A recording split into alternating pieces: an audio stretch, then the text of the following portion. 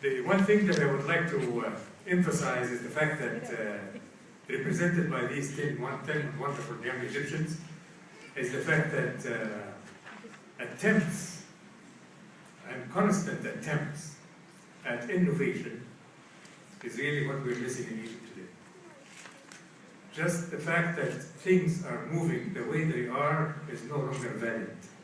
It will keep Egypt as it is, stagnating, as it has stagnated for nearly half a century. And therefore, the solution of Egypt to get out of it is just what you did today, and just what last year this wonderful one bunch of young Egyptians did, is to encourage other fellow Egyptians of trying to get out of the box, think a little further beyond the normal, do something that has not been done before, reach for farther places, think of something that is beyond what others have thought about, and do something, meaning innovate. Meaning that you look at some place that is running, and you think of the way it is running, and you just don't want it to run the way it has, because it is really, in your view, it's stagnating, and therefore you must change it. And you must insist on that change because you believe in it.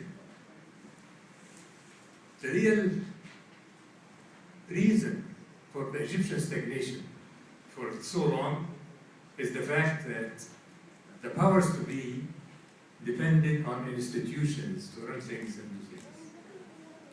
In so doing, they have neglected the individuals. Actually, they walked over the bodies of individuals without even noticing.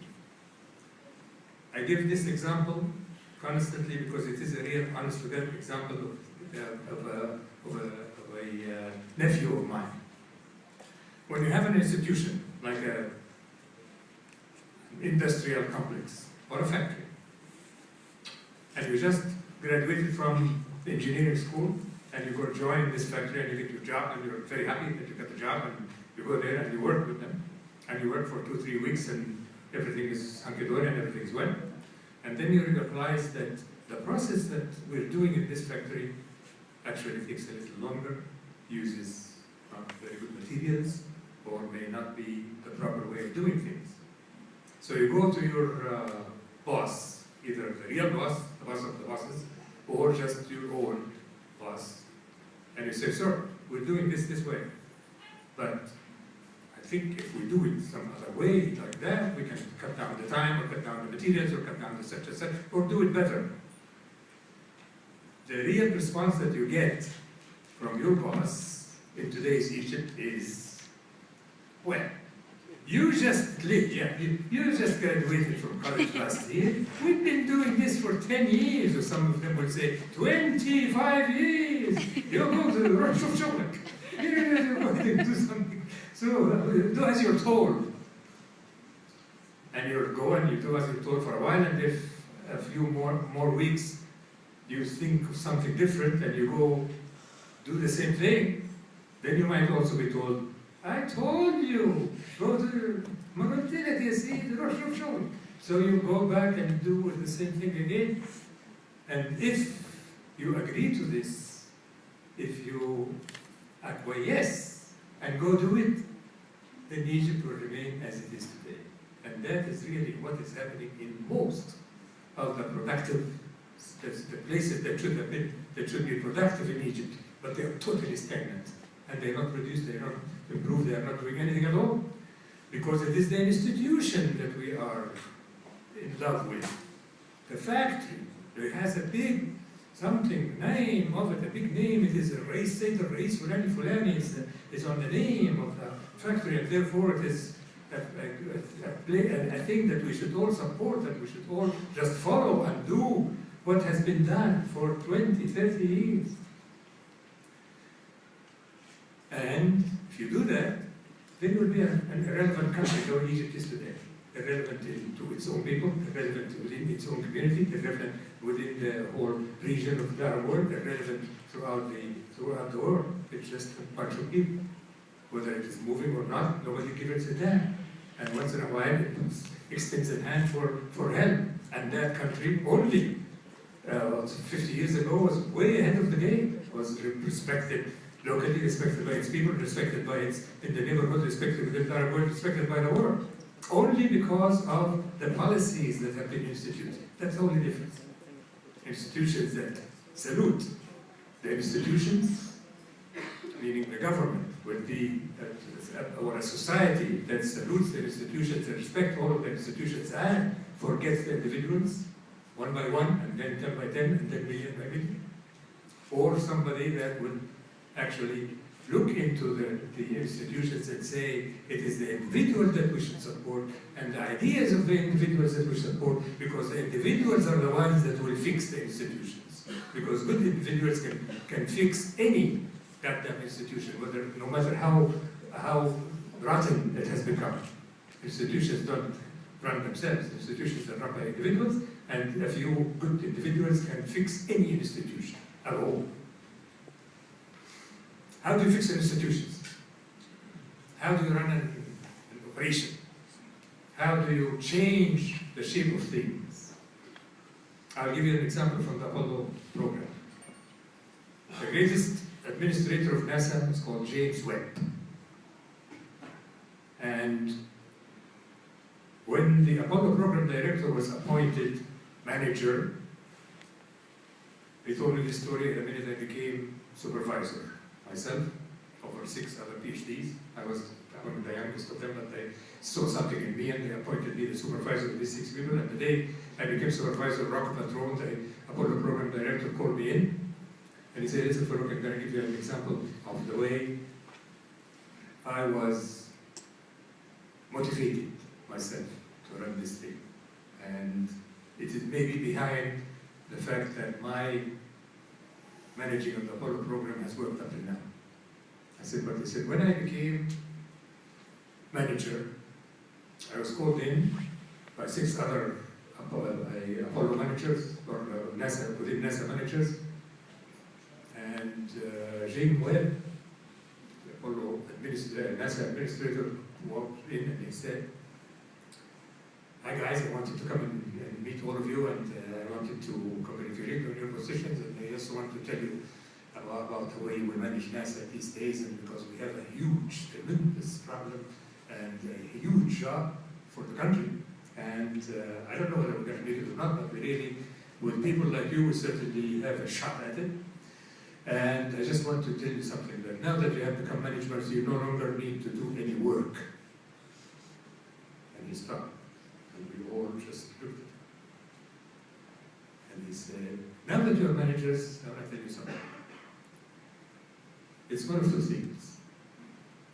If you are able to get from every man that works for you,' sorry about the ladies, at that time NASA had no women. So if you're able to get help from every man that works for you, everything that he thinks that he is capable of doing, then we will surely fail or never make it to the moon. But if you're able to get from every man that works for you more than what they think they are capable of doing, then we'll surely make it and we'll land the man in the moon." And left. And he said, "We all sat down for 15 minutes now to digest what he just said." As a manager or a supervisor, you're not supposed to do work. Period. It is now not. When you actually go into a restaurant and you see the manager of the restaurant trying to do things with the health, you see everything is all mixed up and all a mess. But if you see a manager that is kind of smiling at his own people and walking and looking from a distance, you know that everything is done right. Meaning that you have to get your own people and push them to the hilt. This is your job, to push them to do beyond what they think they're capable of doing. And for a person to do beyond what he's capable of doing, then you must infuse him every day with a bunch of words that encourages him to make it. And whenever he says anything, let's assume that an engineer went and he said that if we think of doing this thing differently, okay, you could say, "All right, that's wonderful, that's good, let's try it. Even if it doesn't work, that's fine, we have learned something, and it might work. Something else might work like it, so we go ahead and do it." And he would go and do this thing, and if it works, fantastic, he will go and shake his hands with him, with the rest of the engineers, to show them that this young man has helped us and will help our profits at the end or whatever. And if it doesn't work, we say the same thing, because it is something that we thought that's beyond what we're doing today, and make it right and do it, and then we can certainly improve, constantly improve, by making absolutely certain that each and every one amongst us is doing beyond what he thinks he can do. A little more. It's innovative today, and you tend to have some ideas like that. We encourage you and clap, and we said wonderful and this and that, but we want you to go home and think better. Do a better job next year, and do something even more than that, and encourage others to do that too. And that's how we progress. Because when you look at Egypt today, with this complete stagnation is something that there must be something really wrong by having these institutions stagnate and stay like that. I give an honest example. When I went to Egypt when I returned to Egypt in 1965, and I was there for a whole year with no salary, fighting with the government. I had a PhD in geology, and I was told to go and teach chemistry, and I refused, and they said, this is it, you don't need this or nothing. And I refused, and I tried my best for a whole year with no salary. I already had a daughter, and the second daughter was born during this period of time, and the birth and the doctor at Mustashfa Kumburiya and Abdeen were about 35 pounds, and they didn't know how am I going to get 35 pounds of it. My friends, those who could afford it, could give me 5 pounds here and 2 pounds there. It was a huge mess, a miserable thing. And I used to, when I get a little bit of money from friends or colleagues or relatives or something, I would go and buy a box of biscuits for my American wife and my 2-year-old daughter. And that could happen as every 2 weeks or something, when I can get the piastres to get that box of biscuits. And many months later, like 20 years later, I became a science advisor to President Sadat, and we used to go to that house of my mother's by a car from the presidency and all of that. Once the car was driving by a little place widely near Asr al-Qubba, and we passed close enough to that factory. So I asked the guy to wait, and he stopped, and we went down, and I went to that same factory. And I asked for some biscuits, with box. And he gave me the thing. It was exactly the same that I used to buy 20 years ago. It's a long thing like this, with square, with a little plastic yellow cover. Same taste? The same damn thing. And I told him, do you have anything that is round, that is in the... Have they anything that has chocolate in it or something? For 20 years, I stood there for like 15 minutes trying to talk to this guy to get a hint of anything that might have changed. A plastic that's a plastic green rather than yellow, anything at all, nothing, absolutely nothing. 20 years, do this, the same kind of thing. I'm very happy with it. It's the same price, same color, same everything, with absolutely no exchange. How the heck can you do that? It worked. It worked. People bought it. People bought it, and that's it. They meaning that no one inside that factory thinks at all. No one tries to do anything that is better, cheaper, faster, more different color, anything at all. A change of sort, nothing. They're all very satisfied that they're producing this kind of thing in the same way, in the same shape for 20 years. And that, my friends, is the reason for why Egypt has stagnated. Because none of the people inside there, including the guy that is selling outside, because he could have gone and talked to the boss and say, people are asking whether there should be something round or something chocolate, and no one would even give him the time of day or listen to him, because the institution is the institution, and we're doing it this way, and that's the way it's going to be, and that's it. Absolutely no innovation, no change, no improvements of any sort, and that is the reason for why Egypt is. So, therefore, NEGMA and what it's doing is the kind of thing that we really need to do. We need to look into the individuals one by one, look into their eyes, and tell them that you can actually do a better job than what was done before. You are better than what was done. You go ahead and do this and that. Even though you did not win the first place, but your idea is good, go ahead and try it. Attempt to build something on it, because it is going to be better, it is going to be good, it's going to be fair, it's going to help somebody.